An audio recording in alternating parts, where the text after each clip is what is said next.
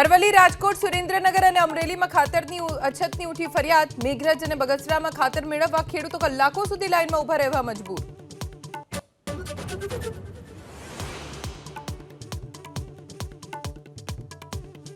સુરતમાં વયમનસ્ય ફેલાવવાનો પ્રયાસ કરનાર સુલેમાન ચાંદ શેખ ઝડપાયો। હિન્દુઓની લાગણી દુભાય તેવા પેમ્ફલેટ ખોટા નામથી છપાવ્યાનો આરોપ।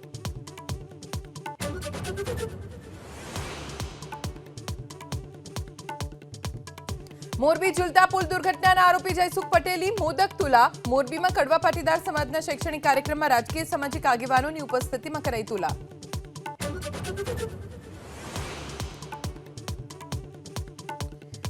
મહેસાણાના વિજાપુરમાં અજીબોગરીબ કિસ્સો। જે યુવકનું બેસણું યોજાયું તે નીકળ્યો જીવિત।